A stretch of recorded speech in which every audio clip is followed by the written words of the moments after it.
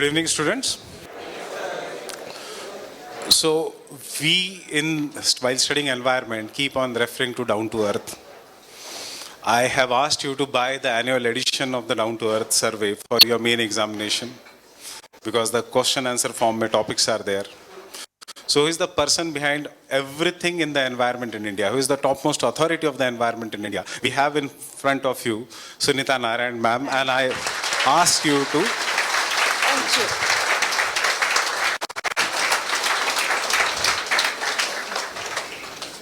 So, Thank you. please welcome ma'am. Welcome, ma'am. Thank you. Thank you so much, Gupta.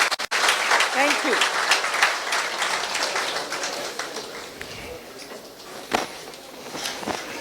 So the ma'am though does not need any introduction. I'll just tell some of the achievements of the ma'am. Padma Shri Sunita Narayan ma'am is also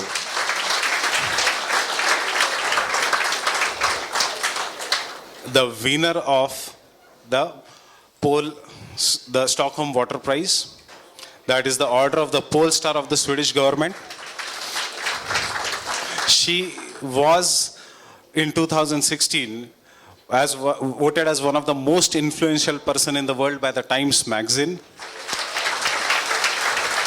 She is considered as the most influential person in the developed and the developing nations as on the environment section, and what a privilege that we are meeting her on the World Wildlife Day. So today is the World Wildlife Day. So and ma'am is here on the World Wildlife Day. Ma'am has been one of the most influential person, and she is important person for the policy making. So whatever we study in the class, graded action plan, air quality index, the pollution in Delhi NCR region, temperature inversion, why the policy should be, how the policy should be. If you remember in the geography lecture, we have told that roads are meant to move people and not to car. So that is whether there should be sustainability or economy, and how to have sustainable development in the democratic country like India, which is facing the challenge of poverty reduction, as well as raising the livelihood of the people, raising the standard of living of the people, and what should be done to change this. All this you can discuss with the ma'am today, and you can ask her questions after she finishes talking on the lecture. Ma'am has also launched one new book, that is The Conflict of Interest, in which she talks about, for your main examination, all the environmental movements in India and what are the positives of that, what are the contradictions in that. So I'll request ma'am to please come and speak for us. Is it okay if I stand here? Because then I can see everyone. Behind a podium, I can never see anyone. So, so I'll stand here as I can see such amazing faces all around me. I want to be able to see you and take your energy as well. So, so thank you very much. Thank you for inviting me. And I'm really, I do go often to Mussoorie for the foundation lecture. And I find there a lot of people, I would not think they know me, and I sort of, and they all come up to me and say, नहीं नहीं आपको तो पढ़ते हैं, क्यों पढ़ते हैं? नहीं questions आते हैं in civils के exam. So I'm like, ठीक है, clearly that's important for me. Then of course for me the question for them is, ठीक है अब तक पढ़ा है मगर अब we really need you to read us now that you're in government. Because now is when the real action begins, and that's when you have to read, understand, and take very careful decisions. So my request to all of you would be that if Down to Earth has become a bit of a habit for you now, whatever you do, wherever you go, please continue to read us, because it's not static. That's one thing that we have learned in life, is that these things evolve so fast, change so fast, that we have to continue to stay abreast of them. But most fundamentally, and that's what I wanted to touch on a few key issues as we are seeing them. And then I will look forward to questions from you. So because I don't know, I can see in your faces that there will be a lot of questions. So I'm going to give that more time. So Firstly, I think it's what's very clear today is that environment is now a very important issue. When I started work in the 80s, environment was an issue which actually people didn't even know what I was talking about. I was studying in modern school in Delhi, and I had this bee in my bonnet that I wanted to work in the field of environment. And wherever I went and asked about environment, I would be told, are you talking about weather sciences? I mean, what is environment all about? There was really no understanding of the issues. And today, I don't think you will meet anyone who will say that they are not an environmentalist. Even the biggest polluters tell me, we are an environmentalist. So that entire idea of environment, the importance of environment has changed. And that is good if I think back on where we are today. But what is not so good is that we haven't really understood what is the environmental movement that we need in a country like India or in countries of this nature, and what is that environmental movement that will give us an affordable and sustainable future. Because for us, environment is not about first making something very dirty and then cleaning up. So if you look at the environmental movement as it emerged in the rest of the world, it came after the industrial revolution of that part of the world. So what they did was to create a huge amount of waste, a huge amount of pollution, and then they had to clean it up. And that was the citizens' movement, which began with the whole issue of not in my backyard. Not in my backyard can you have a polluting plant, a waste dump, or a nuclear plant. That led to government action, and government then invested in cleaning up. That is the environmental movement as we have known it in the world. And that's important for us to understand, that is not going to work for us. It will never work for us. Because we have such unmet needs still.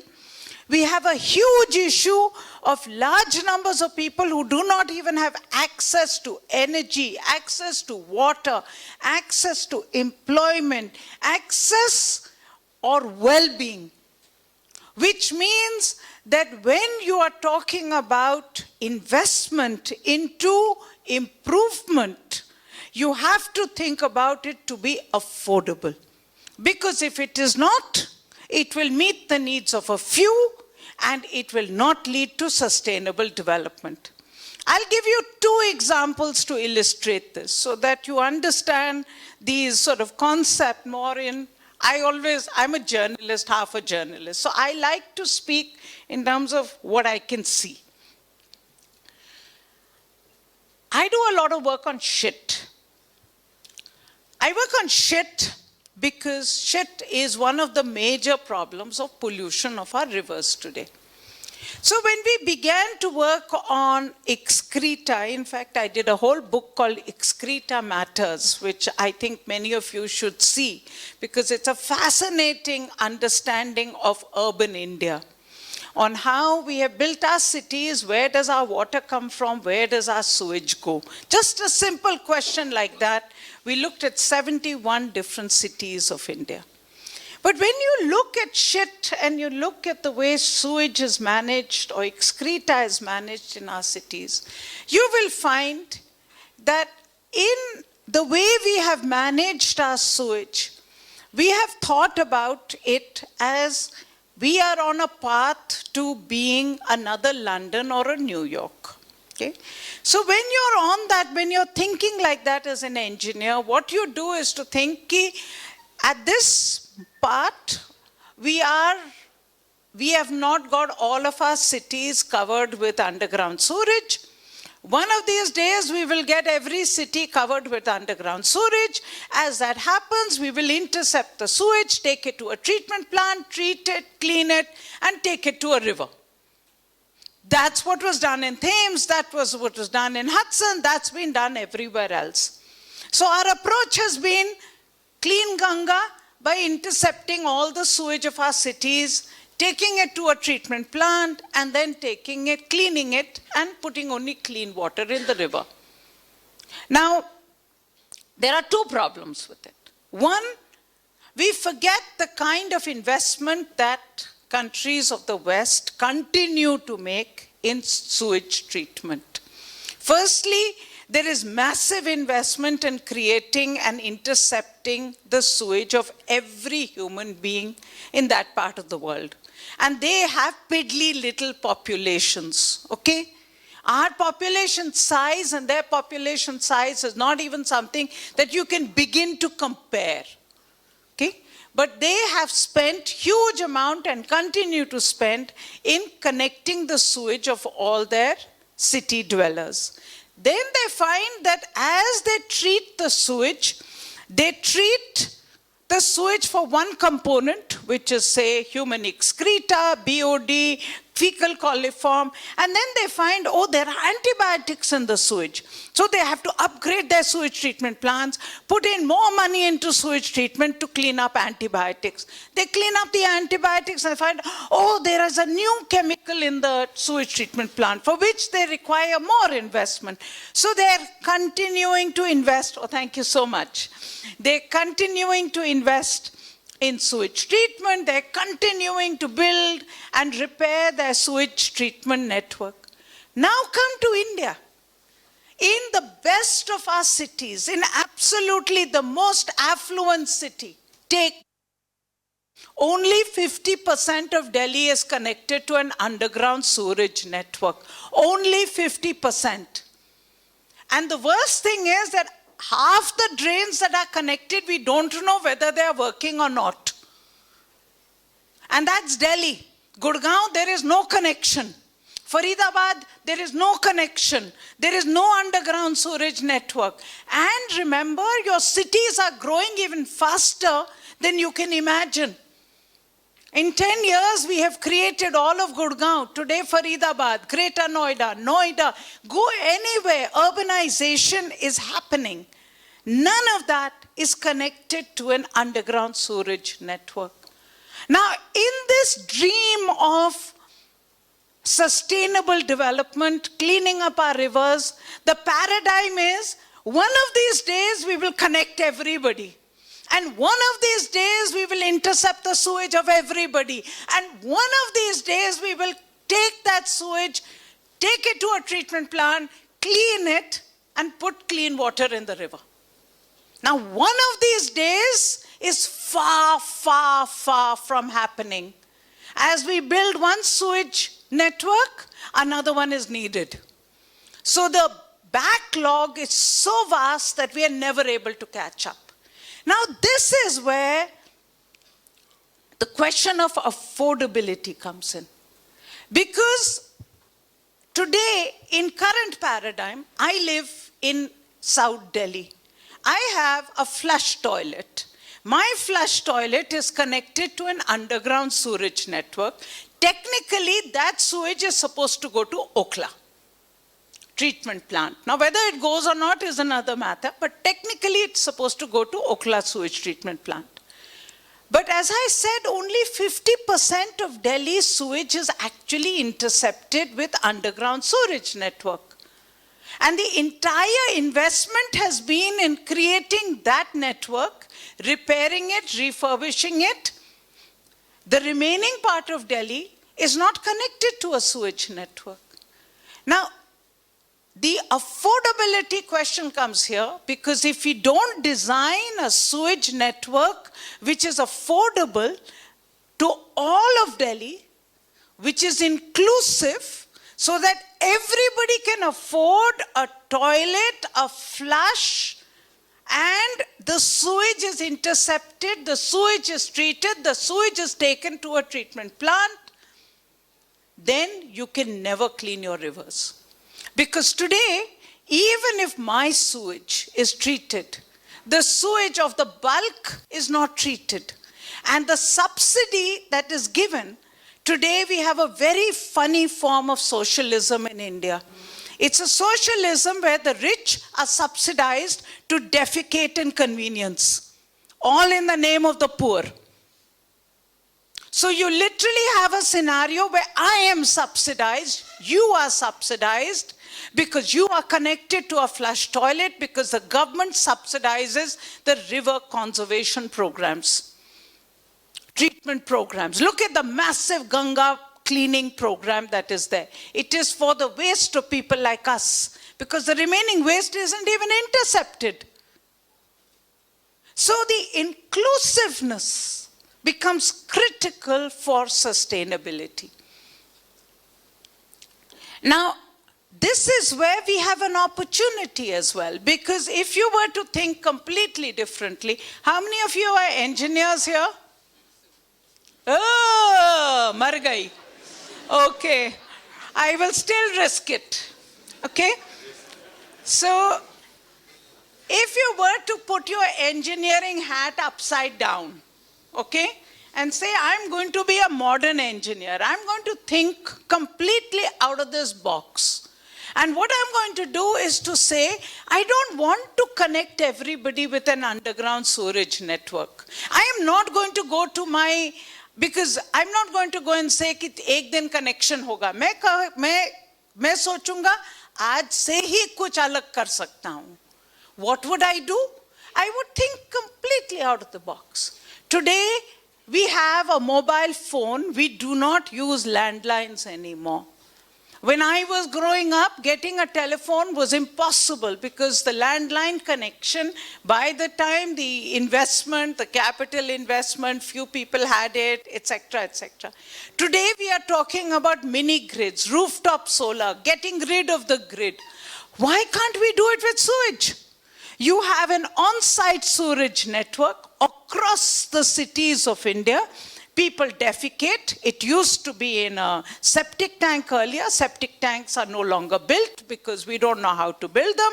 They're tanks.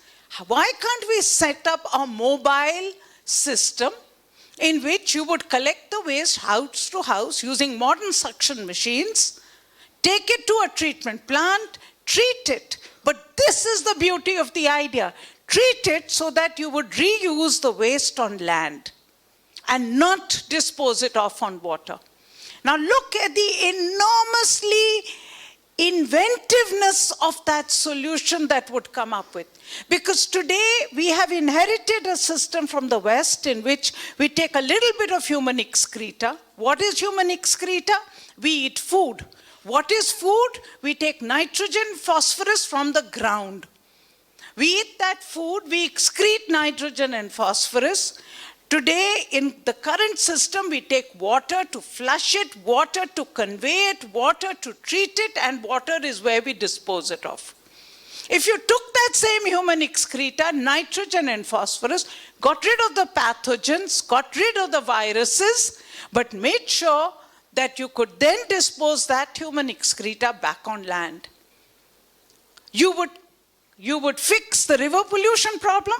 You would cut down your costs. You would provide sewage to large numbers of people.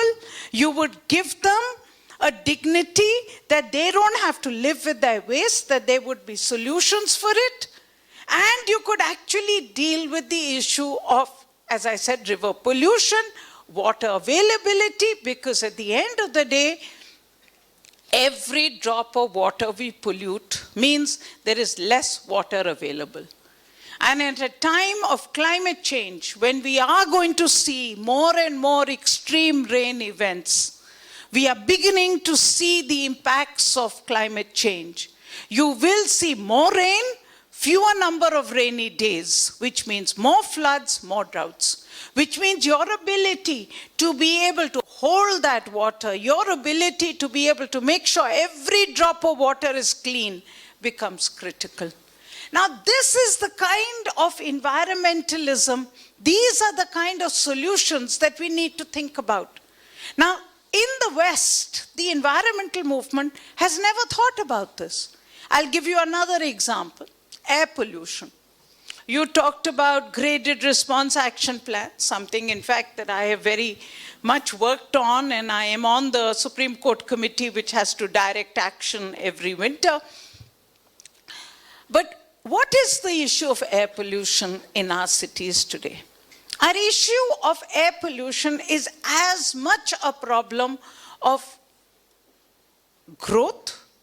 It's also a problem of the fact that we cannot afford clean energy today. So the way the West has done it, and I'm just comparing these so that you get an idea of this comparison between what I'm calling the environmentalism that has emerged from that part of the world, which I call middle class environmentalism, and the environmentalism that has to come from us. Okay? Take air pollution. If you look at the Western world, they have clean air. There is no doubt. You go to California, they've cleaned up their air. London, sort of clean air, high diesel, but more or less clean. New York, clean air. They have large numbers of automobiles. So you would think, चलो हम भी वहीं पहुंच जाएंगे किसी दिन.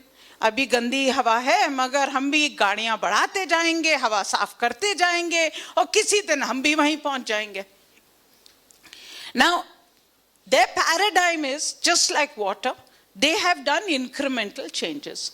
So they started with PM10, which is a pollutant, and I'm sure you've all heard it. In fact, before PM10 came SPM, suspended particulate matter.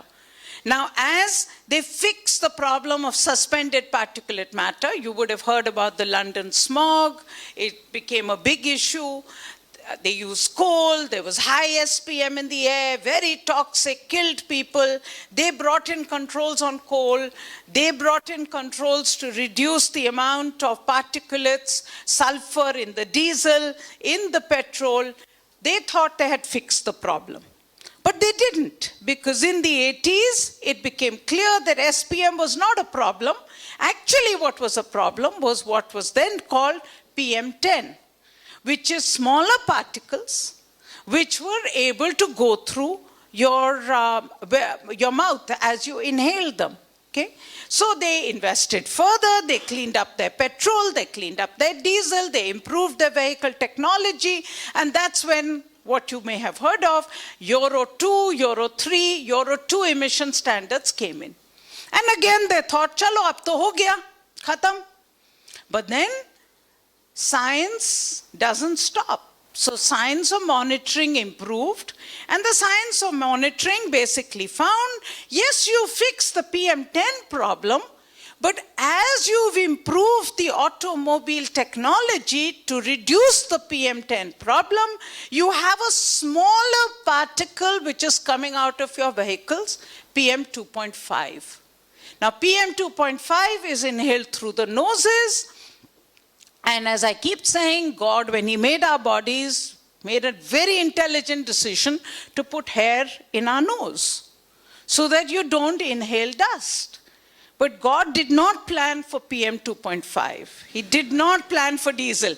And our bodies have still not mutated enough or evolved enough, as Darwin's evolution principle would have said, so that we have grown longer noses, hairier nose, so that you can keep, or a new filter has come into your nose, or a membrane has come in, so that you can keep the diesel out. Diesel particles still bad because you inhale them. So what did Europe do? What did the US do? They improved their fuel technology further. They were at 50 ppm. They went down to 10 ppm of sulfur in their petrol and diesel. They improved their vehicle technology, and they thought again they fixed it. But no. Why?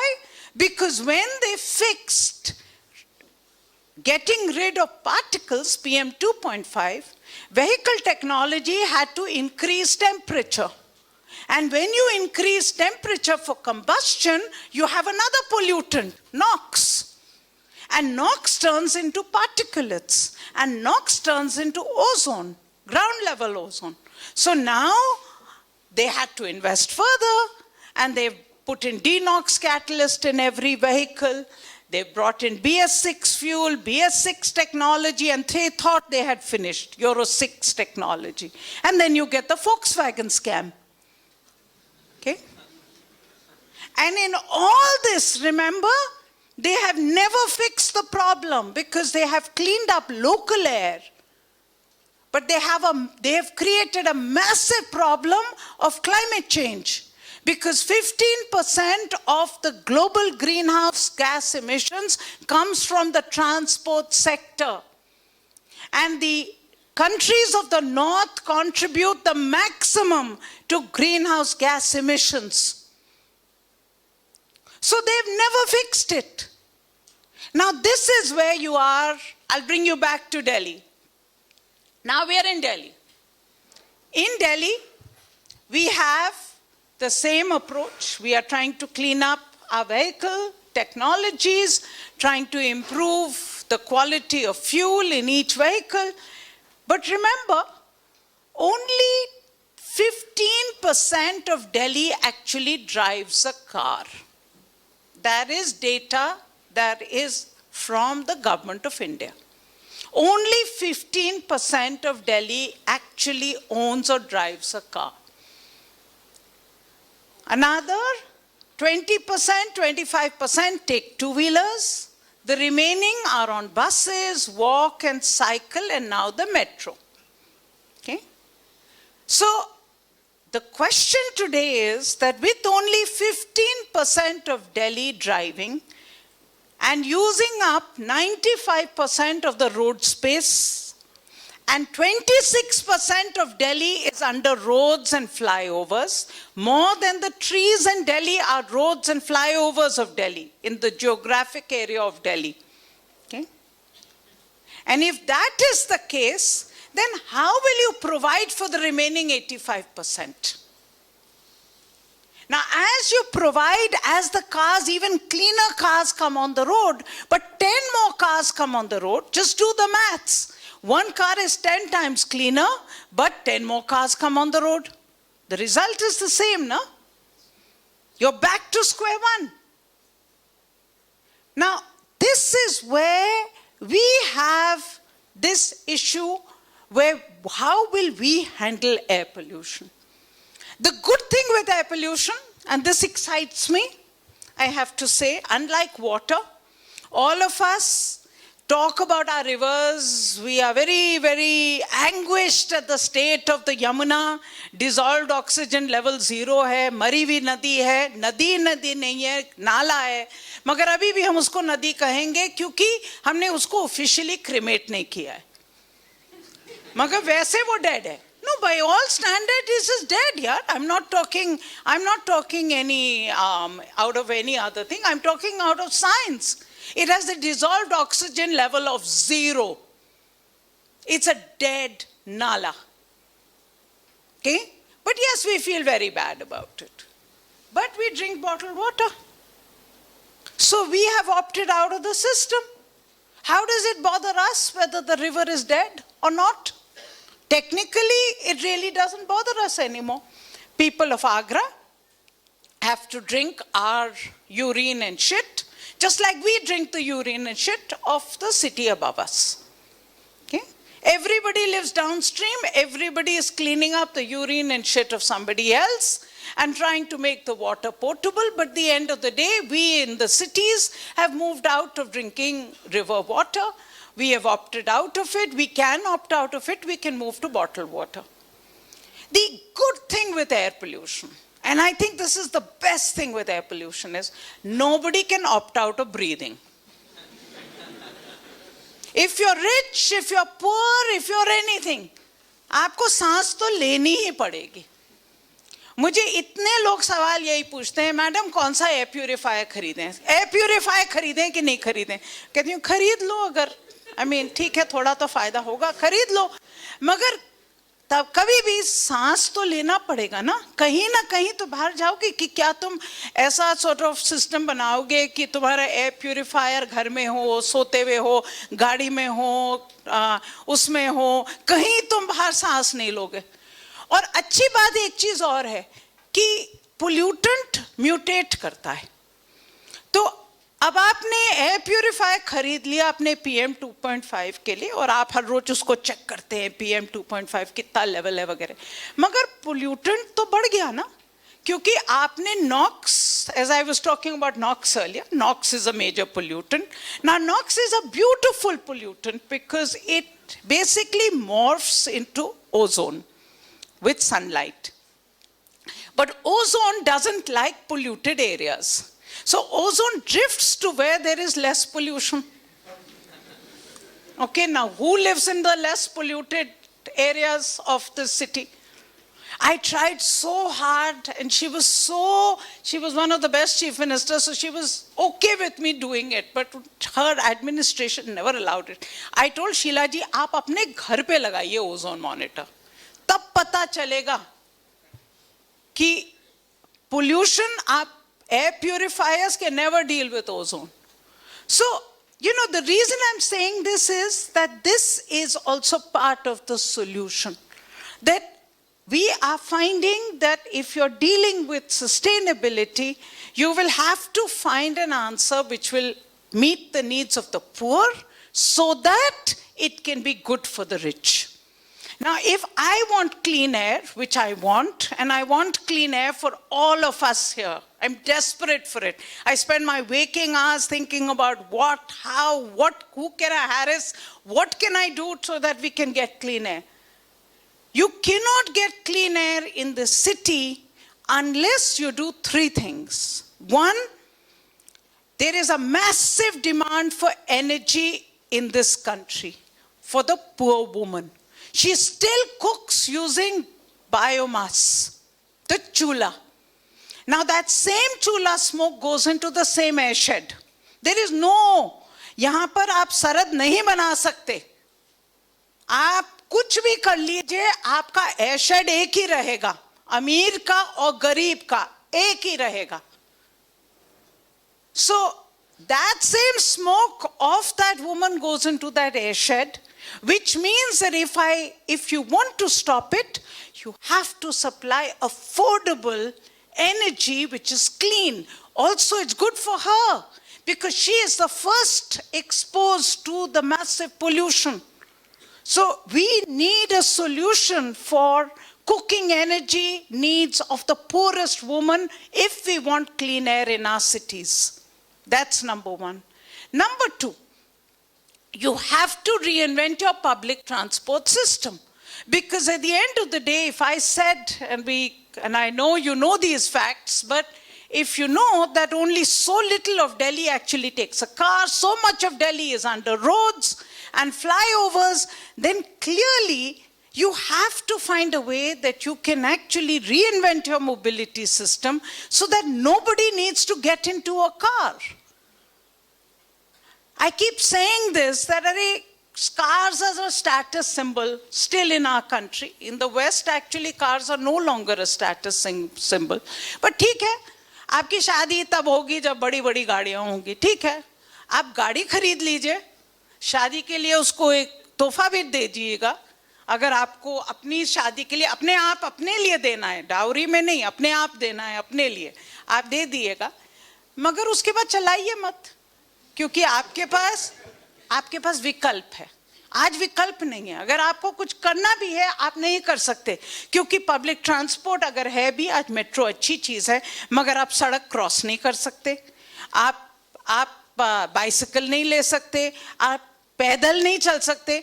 हमारा office Tughlakabad institutional area में, we have an metro station in Saket. Anywhere else in the world, it's about 1.5 kilometers.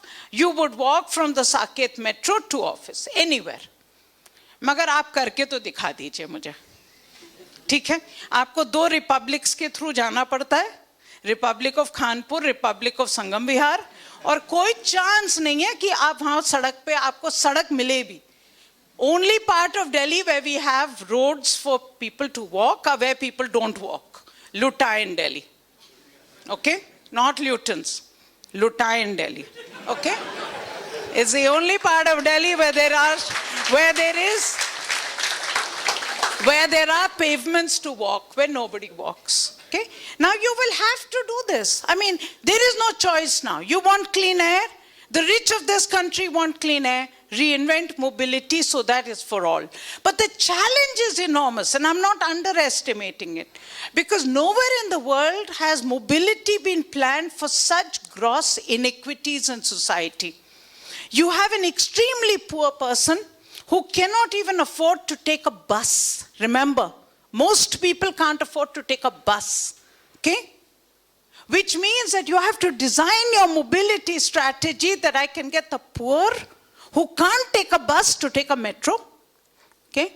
But I also want a mobility strategy so that the rich will take public transport, for whom convenience matters, for whom the comfort matters, safety of women matter, which means it's a combination of affordability and a modern transport system.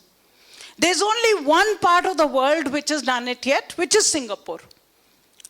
But still not at this level of inequality. We will have to do it. So that's our second. And my third is that you will have to have an affordable energy system. Today, the only way that you can clean up air is that if you can move it towards clean fuel for industrialization. But your biggest problem is that your cost of energy is so expensive, clean energy is so expensive, and dirty energy is so cheap that there is no alternative but to use dirty energy. So, and I want to finish at this because I know I've already exceeded my time. I want to leave you with one last thought in this, is that where then does the politics of change come? And the politics of change comes definitely from what I have been constantly saying, deepening of democracy and strengthening of dissent. And the reason is that if you look at the rest of the world, anywhere in the world, environmentalism has been not in my backyard. मेरे घर के पीछे नहीं, और कहीं आप कर लीजिए, आप वेस्ट कहीं भी ले जाइए, मगर मेरे घर के पीछे आप वेस्ट डंप नहीं बनाएंगे. That's how countries have developed their environmental strategies. Now, in our part of the world, that strategy has worked only and it will never work because when I take my waste, it goes to Okla dumping site or to Wazirabad, Wazirpur or to Ghazipur. Those are Delhi's 3 dumping sites. Those 3 dumping sites were built at a time where the poor in this country did not have a voice. Okay? So they live around that polluted water where my waste goes. But the good thing today is that the poor of India are getting a voice. So they are saying, not in my backyard. And this is where dissent and democracy will help us to improve faster than the rest of the world. We will find real solutions that work. If you look at Thiruvananthapuram, one city, capital city, the city has not been able to take its city garbage to its dumping site, which is a village outside the city, because the village there has said, not in my backyard. The village has lost the case all the way to the Supreme Court, because even the Supreme Court has maintained that the city has the right to dump its waste in the backyard of this village, because it was a declared sanitary landfill site. It is nowhere sanitary, but it's a landfill site. But even after losing the case all the way to the Supreme Court, the village has said, not in my backyard will any waste come. Now, what does that mean? For the first time, the city of Thiruvananthapuram has to think about real alternatives, because otherwise they would be drowning in their own waste. So you and I are being told by the municipalities, "Arey Baba, please segregate kar do, please recycle karo, please, please." वहाँ please करने की जरूरत ही नहीं पड़ती, क्योंकि अगर आप segregate नहीं करेंगे, अगर आप recycle नहीं करेंगे, अगर आप वो non-recyclable को minimize नहीं करेंगे, you will be drowning in your waste. So every household in Thiruvananthapuram has to segregate. They have to recycle. They have to minimize the non-recyclables. So you have created a completely different system where, because this time it was the poor who said, not the rich, but the poor who said, not in my backyard, there is no backyard that you can take your waste to. There is nowhere that you can take your pollution to. There is nowhere that you can take your environmental degradation to. So this is where the huge opportunity of dissent in democracy comes. This is why the Forest Rights Act, this is why all the acts which have strengthened local democracy, provided people with the right for prior consent, have to be seen as part of the environmentalism of the future. They are not just about governance. They are about creating an enabling environment in which people determine, and they are the best custodians of the environment, that they determine that whether this is to be done or not to be done. I learned my first environmental lesson came when I went to the Himalayas to look at the Chipko movement. Now, as somebody studying in Delhi, public school in Delhi, I was like, बहुत अच्छा है, women ने जाके राखी बांधी अपने पेड़ों के ऊपर, हक किया, चिपको किया, बहुत अच्छी बात है. हमें वहाँ गई गांव में, पूछा, क्यों किया? I was really young at that time. And women said, क्योंकि we have the right to cut these trees. I was like, what do you mean? And that is really the environmentalism. That's where I learned my first lesson. And they told me, but we will not cut them. And do you know why they would not cut them? And it's the most bizarre reason that I've never forgotten that conversation. क्यों? क्योंकि अगर हम ये पेड़ जंगल काट देंगे तो हम सुबह अपने for our morning nature, whatever you call it, bio breaks or whatever those fancy words are, when you go to shit in the morning, there'll be nowhere to go. Okay? Now please understand, let's not laugh about this. There is a reason why they would protect the trees. And there would be a clear reason why they would cut and replant the trees. Because if you made it part of the local economy, if you made it part of their local livelihood, they would have a reason to build an economy out of it. Now that's something that we have forgotten, because in the forest issue, we took on the whole question about people being a biotic pressure. Logon ko nikalo, jungle ko bachao. That was the way we have managed our forests. Some years ago, I was asked by the Prime Minister to do a report on tiger conservation after the death of the last tiger in Sariska. And the tiger guys were furious with me. I mean, I've taken on a lot of people, Coke, Pepsi, वगैरह, वो सब छोटे पड़ जाते हैं when you look at the tiger lobby, okay? I mean, the whole question was, अरे ये तो people's person है, ये tiger person नहीं है, इनको कैसे काम दे दिया ये? Okay? And my whole point was that you will never be able to do tiger conservation in a country like India unless you can share the benefits of conservation with the poorest people who live in the tiger land. And my formula was that give the tourism benefits to the people. But that became a major point of controversy. But it will happen. I'm pretty clear these things will happen. Because if you take the map of India, you will see in the map of India where the tigers of India are where the forests of India are, obviously. It's where the water of India comes from. It's where the minerals of India are. But it's also where the poorest people of India live. It's also where naxalism has been growing. So let's please understand that unless we do conservation and unless we do forest protection in a way that benefits local people, we cannot protect our tigers or our forests by making enemies of people. It will not work. So that's the development strategy that we need for environment. Thank you very much.